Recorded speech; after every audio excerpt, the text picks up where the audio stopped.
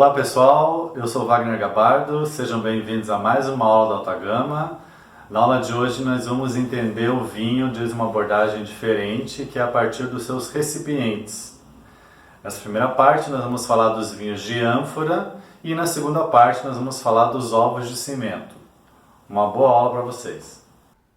Bom, a gente começa aqui com uma imagem de uma ânfora resgatada lá do sul do Chile, que está aí como um recipiente, né? Não com a sua funcionalidade original, mas como um objeto de decoração. Então é interessante de pensar que por um tempo antes delas serem resgatadas, as ânforas elas até então tinham se tornado vasos decorativos. As ânforas elas têm uma importância fundamental para a gente entender a história do vinho. E foi, na verdade, o primeiro recipiente usado na fermentação e no armazenamento da bebida. E ela tem vários nomes. Então, desde o originário ânfora grego, há outros nomes, por exemplo, os kvéveres, grandes ânforas produzidas na Geórgia, cujo processo de elaboração virou patrimônio da Unesco, as tinarras da Espanha, e Portugal também, uma região que manteve a tradição de elaboração das suas talhas, de herança, uma técnica de herança romana que se manteve aí no território português. E o interessante das ânforas, a importância delas, e esse mapa ilustra bem, a durabilidade do material permite que em escavações fossem encontrados, trabalhos de arqueólogos fazendo escavações no Egito, na região da Palestina, no Irã, e nessas escavações encontrarem ânforas e a partir de uma análise dessas ânforas identificarem que possivelmente elas continham vinho e também poderem reconhecer há quanto tempo, qual a antiguidade desses objetos, portanto, há quanto tempo se produzia vinho. Então nós temos no mapa todos os quadrados roxos do mapa, os quadradinhos violetas, são lugares onde esses arqueólogos encontram restos de uvas, às vezes sementes fossilizadas, e nas manchas laranjadas onde eles encontravam as ânforas que continham vinho. Aqui nós temos uma imagem de um jarro encontrado na região de Zagros, no Irã, que justamente tem o bitartarato de potássio, que é um sal do ácido tartárico, que eles encontram impregnado nas paredes internas da ânfora. E qual é a fruta mais abundante em ácido tartárico? A uva. Então, portanto, eles concluem que aquela ânfora continha vinho. Aqui nós temos uma imagem de uma outra ânfora, e essa já foi encontrada numa escavação no Egito, e na tampa desta ânfora encontram inscrições e hieróglifos, e eram ânforas aí que tinham de 10 a 30 litros de capacidade, encontradas próximas ao delta do rio Nilo. E a partir da interpretação desses hieróglifos, eles identificam que esses símbolos significavam qual era o vinhedo do líquido contido, da uva de origem do vinho contido, uma possível indicação geográfica, que vinícola havia feito, qual era o proprietário e a quem aquele vinho era dedicado. Então a gente poderia entender de uma certa forma aí como primeiro rótulo de vinho aí ancestral. E esta ânfora, com essas inscrições na tampa, é encontrada justamente na tumba de um faraó, aí datado de mais de 3.000 anos antes de Cristo. Então vocês devem notar ali do lado esquerdo uma urna da tumba que continham várias ânforas ali dentro e de vinho. E a partir de uma análise dessas ânforas, Eles, né, também conseguiram identificar, uma análise do material, qual era a argila, de onde vinha a terra proveniente para a elaboração dos recipientes. E aqui eles descobrem que tinham sido feitos na Palestina. E aqui o que comprova, o que evidencia, além da presença do ácido tartárico, né, residual nas paredes dessas ânforas, o que leva a concluir que sim, era para vinicultura, né? Então eles encontram essas inscrições, esses desenhos, né, os afrescos nas paredes da urna, que mostram, né, ali egípcios colhendo uvas e depositando dentro de ânforas. Mas de onde vem o nome ânfora?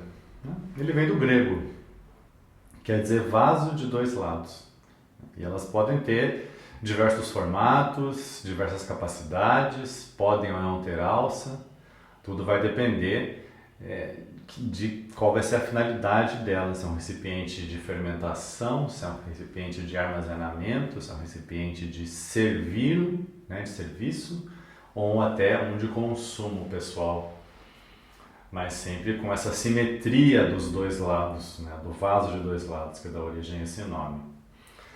A Grécia, inclusive, é um país que mantém, né, essa tradição de vinificação de ânfora, que essas ânforas eram tradicionalmente seladas aí com resina de pinheiro e aportavam um pouco de sabor aos vinhos.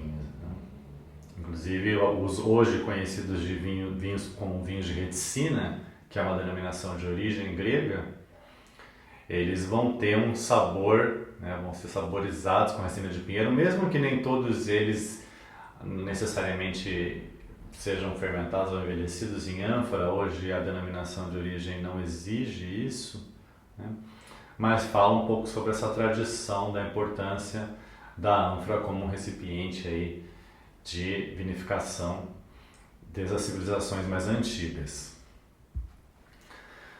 Quando nós avançamos para os etruscos e os romanos, nós vamos ver que eles vão também ser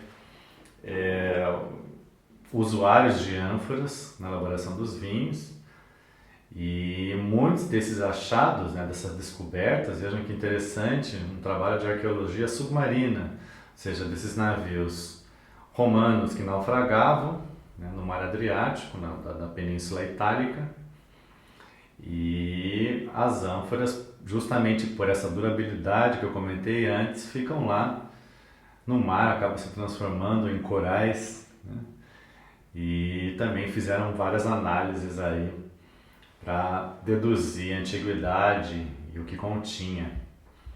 Aqui nós temos uma ânfora etrusca, né, datada aí de 500 a.C., que é encontrada a 200 metros de profundidade no mar Adriático, né, toda impregnada ali de conchas. Aqui nós vemos uma imagem de uma embarcação romana que eles encontram naufragada no rio Rhône, né, hoje atual território francês, quando eles vão fazer um trabalho de dragagem do rio Rhône, né, para ampliar, para poder receber embarcações maiores, eles encontram no fundo do rio essas embarcações e uma série de ânforas próximas. O que eles fazem? Eles fazem uma reconstituição dessa embarcação e posicionam as diversas ânforas encontradas próximas a ela, que está exposto justamente no museu à beira do Rhône. E conseguem fazer aí uma reconstituição dos barcos romanos. E vejam que eles chamavam de dolium, que era um nome que eles atribuíam às grandes ânforas, que eram essas que estavam ali posicionadas no centro da embarcação para poder dar estabilidade durante as navegações. Já ainda na Itália, né, se a gente for para essa região na cidade da Pompeia, nós temos o que seria uma espécie de um avô do wine bar, o Thermopolium, né? Uma taberna romana onde vocês estariam ali ânforas estocando vinhos, azeites também para o consumo dos romanos. A Geórgia é um outro país que também mantém essa tradição milenar de vinificação de ânfora, que inclusive é reconhecida pela Unesco, né, como uma maneira de se fazer vinhos na Geórgia usando as ânforas, que no caso eles chamam de kvéveres, que são ânforas bem grandes, é reconhecida como patrimônio da Unesco. Nós temos uma foto de um interior de uma vinícola georgiana. E dentro dessa indicação eles definem o que é um kvévere, né, como sendo um vaso tradicional geórgico, usado na elaboração, envelhecimento e armazenamento de vinhos, feito aí por uma argila usada historicamente por famílias de artesãos de maneira, né, tradicional. E o interessante dos kvéveres é que eles são enterrados no solo, né, que vai garantir uma manutenção natural de temperatura, tanto para o armazenamento quanto para a guarda. E o seu formato oval vai favorecer processos internos de maceração, de decantação. Então, tanto que essas são duas razões do porquê desses recipientes com esse formato estarem sendo resgatados. Aqui nós temos uma imagem de uma tradicional vinícola da Geórgia, acho que eles chamavam de Marani, né, as vinícolas. E o modo de construção, né, dessas vinícolas pressupunha já que teriam ânforas enterradas no subsolo. Então, no caso dessa vinícola, eles fizeram uma sala subterrânea justamente para ilustrar como funciona as ânforas enterradas, como pode ser visto na foto. E vejam que trabalham com ânforas de tamanhos bem grandes. E estes kvéveres geórgicos, eles poderiam ter ou não o tratamento nas suas paredes internas. No caso, o material mais usado pelos geórgicos, diferente dos gregos que usavam a resina de vinheiro, eles usavam a cera de abelha por ser mais neutra. E externamente, como mostra a imagem, a superfície era tratada com cal, para reforçar a impermeabilidade e dar mais resistência para esses recipientes.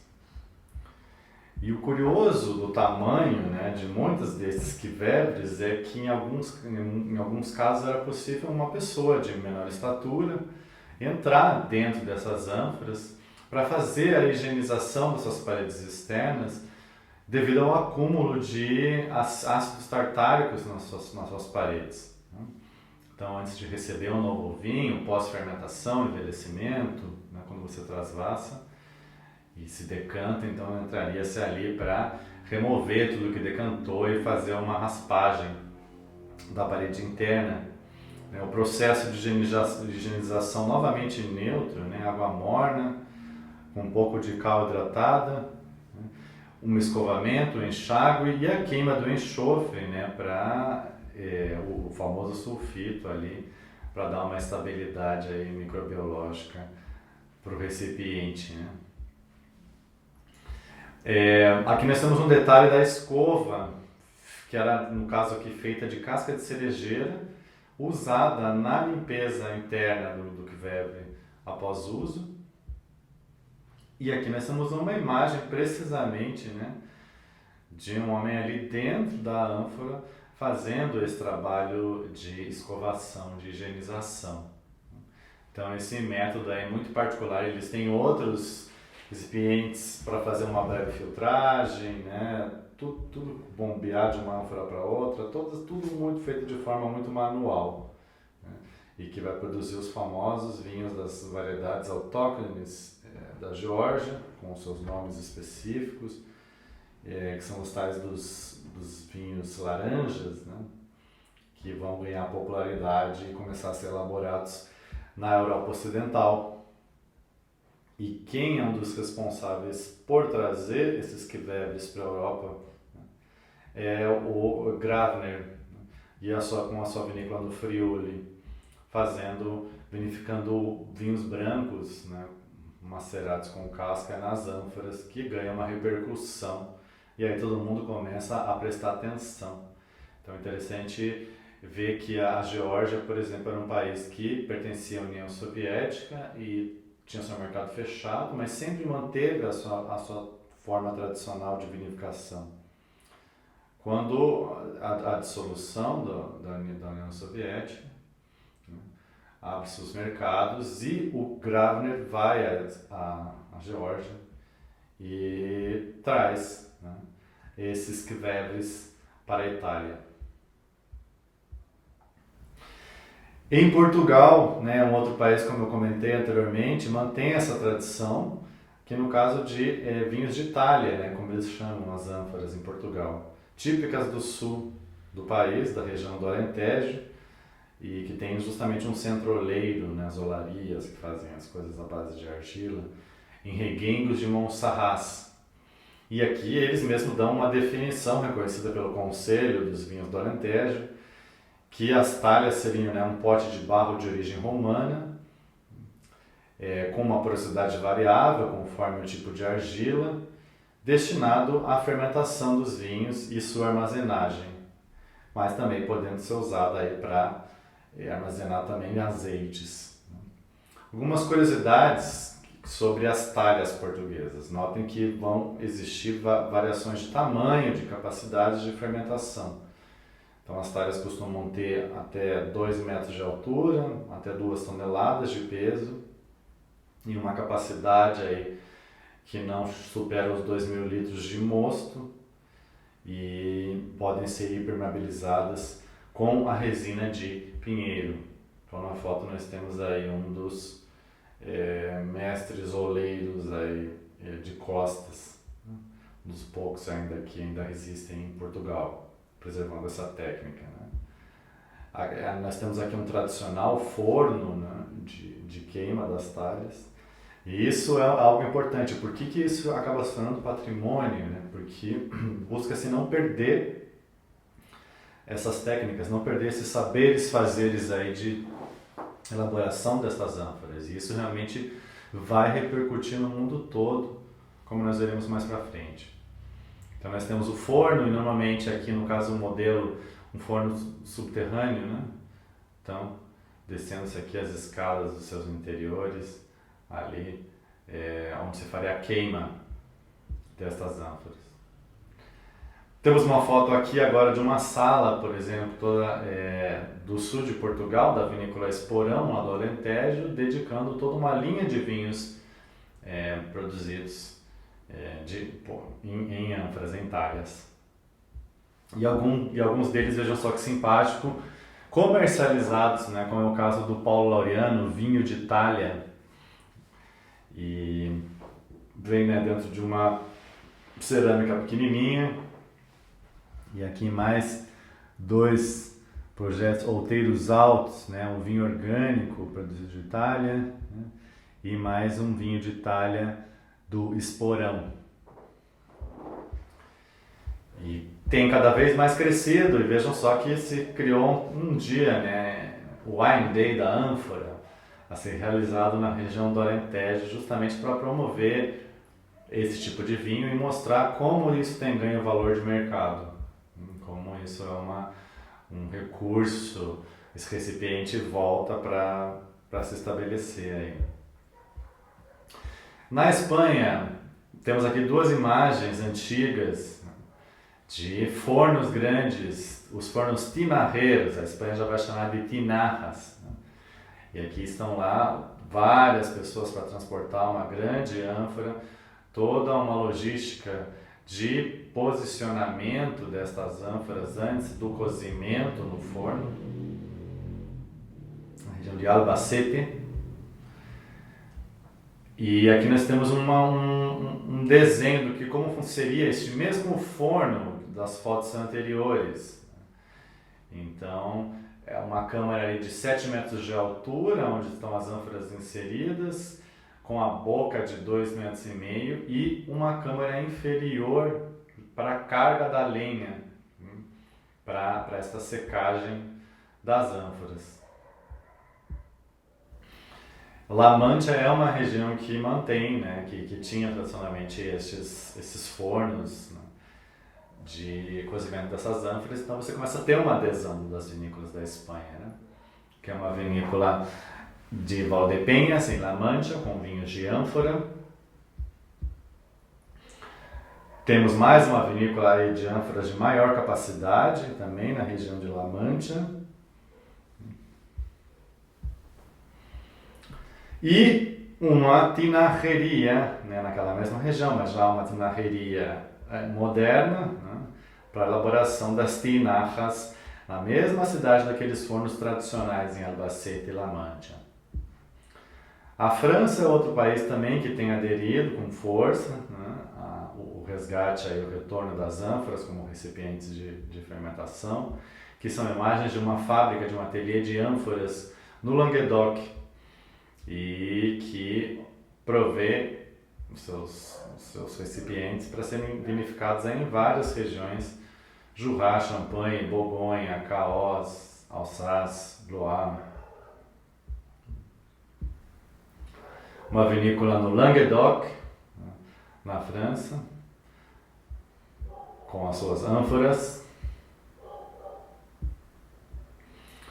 E aqui uma fábrica em Pruneta, na Itália, voltando à Itália, na região da Toscana, em Firenze, na Florença, produzindo, vejam que interessante, né? Ânforas usando ainda a técnica antiga, mas com algumas interferências modernas, né? Ou seja, uma tampa aqui com melhor selamento, né? Para evitar uma entrada excessiva de oxigênio, com o batoque hidráulico acima, né? Para que se tenha um controle ali do processo fermentativo, né? Possa se descarregar essa pressão do gás carbônico, da fermentação alcoólica. Então, interessante essa mistura de técnicas, e é justamente nessa região que se promove, em 2014, a primeira convenção internacional e bianual, porque houveram outras duas edições, pelo menos as que estão disponíveis online, né? Houve uma edição 2016 e 2018, então, chamada terracota, né? Que é o tipo de argila da região. Terracota e vinho, que justamente aproxima vinícolas interessadas não só em apresentar os seus vinhos para outros profissionais e ter opiniões, porque pensem que se a gente ficou muito tempo deixando de lado esse recipiente, acaba se perdendo um pouco do conhecimento mesmo, dos impactos que ele pode causar no vinho, qual a técnica de utilização desses recipientes. Então, esse encontro terracota e vinho funciona também para debater, né, resultados de pesquisas, né? Muitas dessas pesquisas comparativas mostrando, né, vinifiquei um mesmo vinho em diferentes recipientes, ou envelheci este vinho em uma ânfora, deixei no tanque de inox, em uma barrica de carvalho, e comparando se há modificações na cor, na intensidade de cor, no perfil aromático, no pH desses vinhos, na oxidação deles. Então, encontros voltados a isso, além, claro, de com muita degustação para perceber sensorialmente o que impactou e ter uma devolução aí dos participantes, dos interessados. E temos aí essa mesma região produzindo terracota e vinho, produzindo ânforas, vejam, de formatos diferenciados, né? Mas sempre notem aqui algumas com cantos arredondados, né? A preocupação da ânfora desse formato mais arredondado, né? E com esse misto de técnicas, né? Diferentes tamanhos, de 200 a 800 litros, né? E vendidas aí desde 500 a 1.800 euros, claro, um valor é um investimento para a vinícola, mas há que pensar também na durabilidade desses materiais, que é bem relevante. Alguns fatos interessantes sobre o fabrico. Por exemplo, né, para se fazer uma ânfora relativamente grande, né, de 8.000 litros, são necessárias 2 toneladas de argila. A técnica de modelagem é a técnica à mão, claro, onde vão se fazendo rolos de argila e vai se montando a ânfora com seu formato, umedecendo e alisando com as mãos. A secagem se dá naturalmente, para posteriormente se fazer a queima em fornos, onde nós vamos ter aí mais ou menos aí a 400 graus evapora-se a água, e a 1.000 graus, ou seja, precisa de bastante calor, a peça torna-se rígida.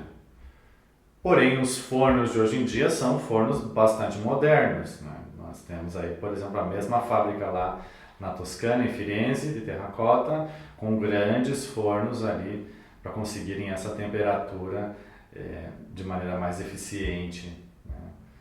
Ter esse enrijecimento das ânforas. A América do Sul também tem o seu passado colonial, onde a ânfora teve um papel muito grande, muito importante. Lembre-se que eu comecei essa fala de hoje mostrando uma imagem de uma foto resgatada de uma tinaja lá do sul do Chile que estava esquecida. Então o Chile realmente começa esse trabalho de resgate. Mas ainda que o hábito de se fazer vinho tenha sido trazido à América pelos europeus, o trabalho de ceramista na América do Sul já era muito mais desenvolvido e sofisticado. Então essa técnica já era compartilhada. Então nós temos aqui, por exemplo, tinajas chicheras pré-colombinas, né, antes de chegar ao Cristóvão Colombo, encontradas no norte do Chile, e muitas no Peru, e na Argentina, e na Bolívia. Chicheras seria para fazer a chicha, que é o fermentado de milho, né? Os nossos indígenas não fermentavam uva, né? Fermentavam milho, fermentavam mandioca, que é, no caso dos países andinos, né, era a chicha, o fermentado de milho, que era também feito nesses recipientes, nas tinajas. Aqui nós temos um outro formato, né, de tinajas, né, essas no caso para as tinajas pisqueiras, né, para fazer o pisco, ou seja, que é o aguardente de uvas tradicionalmente peruano, lá do Vale do Ica, no sul do Peru. Bom, e aqui nós temos uma imagem de uma vinícola do Vale Central, ali na isla de Maipo, a De Martino, que faz um trabalho, uma das pioneiras a resgatar essas ânforas do sul do Chile, do Itatá, do Maule, para fazer linhas de vinhos, inclusive com variedades não comerciais na época, e que trabalha justamente com esse tampado, né, das ânforas da maneira tradicional. E este pesquisador, o Aguilera, justamente ele vai mapeando o resgate e fala que realmente foi uma mão na roda essas tradições agroceramistas dos indígenas autóctones americanos com uma tradição cerâmica que foi trazida também, que os europeus também praticavam na confecção destas ânforas. E vejam esse quadro, isso aqui já mostra, por exemplo, em Mendoza, né, na metade ali do século XVIII, aqui ainda se usava muita desta vasija binária, que eram as ânforas que tinham, né, muitas das tinajas ou botirras. Aqui tinajas e botirras referem-se a ânforas, só que de diferentes tamanhos, né? As tinajas para fermentação, 400 a 700 litros, e as botirras provavelmente para guarda, né? E transporte, 35 a 70 litros, né?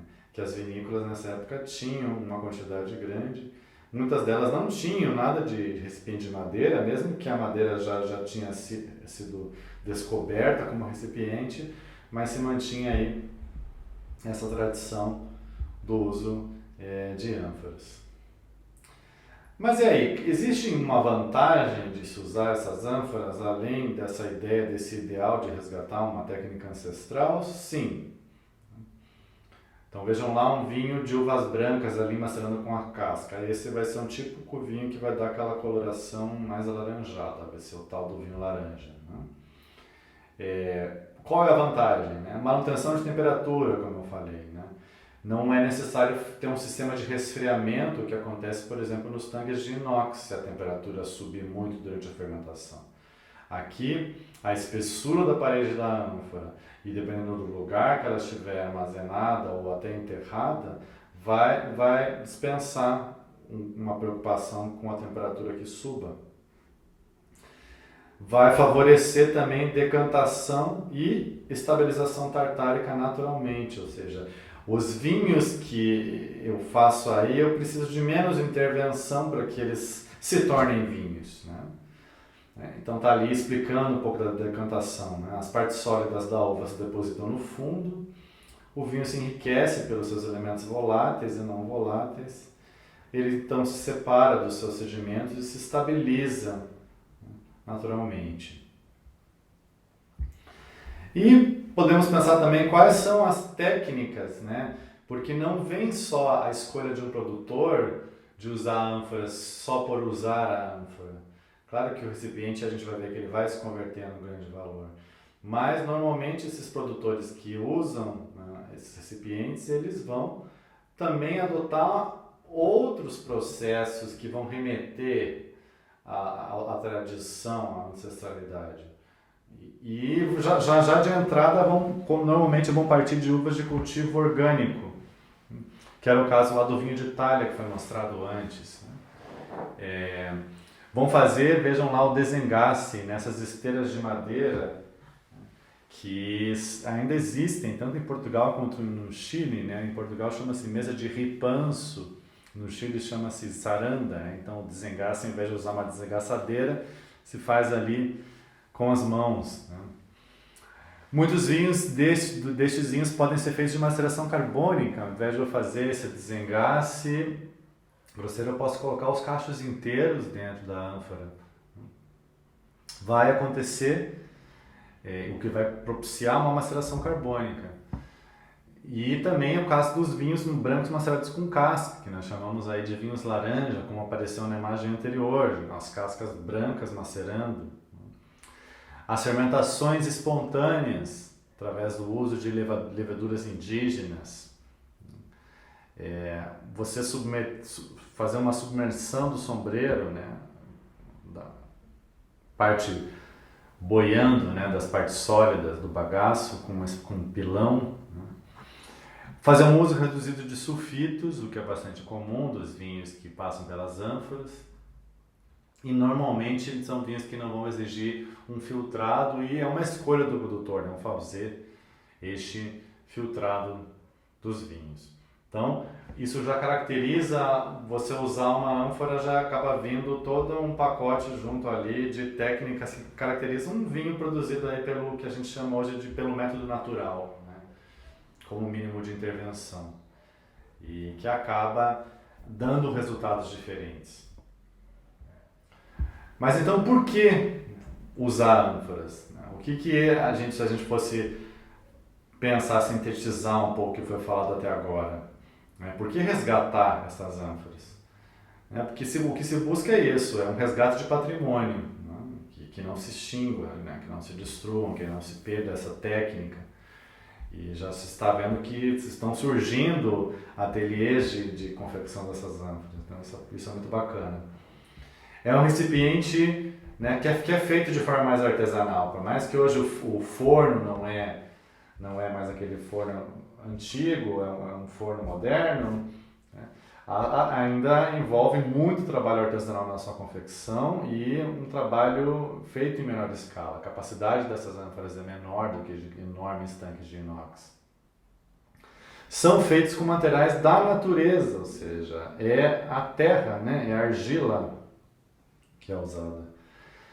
Muitos são para fazer esses vinhos experimentais, como eu citei no slide anterior, né? Macerados com a casca, sem filtragem, com baixo uso de sulfito, com fermentação espontânea.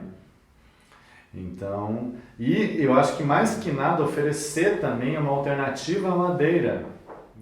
Ou seja, a madeira foi por muito tempo, ditou a moda por muitos anos, né? Foi muito hegemônica ali no sabor dos vinhos.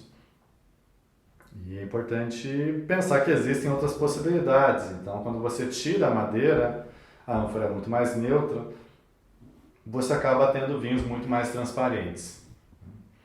E é claro, o mercado, com uma estratégia de venda, você contar uma história, né, acaba a ânfora se convertendo em valor no vinho. Então, justamente porque vem toda uma história em conjunto que vai começar desde o vinhedo, da busca da ancestralidade, né, do cultivo das uvas orgânicas e da elaboração dos vinhos com pouca intervenção enológica para se tentar buscar um pouco de um sabor do que era um vinho do passado. Bom, pessoal, essa foi a nossa aula de hoje sobre as ânforas e os seus impactos no vinho, tanto na história quanto nas características sensoriais da bebida. E na próxima aula encontro vocês para nós falarmos dos ovos de concreto. Obrigado e até a próxima.